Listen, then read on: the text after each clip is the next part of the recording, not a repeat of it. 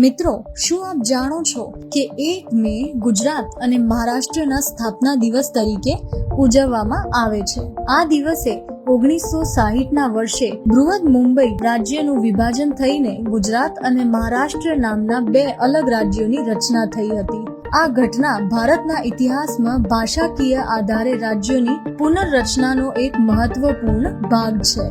સૌથી પહેલા બૃહદ મુંબઈ રાજ્યમાં ગુજરાતી, મરાઠી, કચ્છી અને કોંકણી ભાષાઓ બોલતા લોકોનો સમાવેશ થતો હતો. થોડા સમય પછી ગુજરાતી ભાષીઓએ અલગ રાજ્ય માટે મહાગુજરાત આંદોલન શરૂ કર્યું હતું અને સમાંતર રીતે મરાઠી ભાષી લોકોએ પણ સંયુક્ત મહારાષ્ટ્ર સમિતિ ની રચના કરીને અલગ મહારાષ્ટ્ર રાજ્યની માંગ કરી.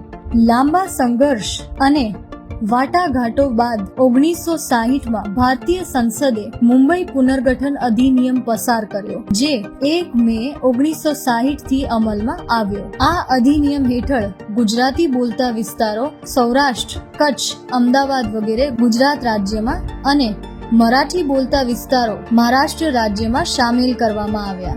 તો મિત્રો, આપ મને કોમેન્ટ સેક્શનમાં જણાવો કે આપના રાજ્યનું નિર્માણ કયા વર્ષે થયું હતું. Follow for more.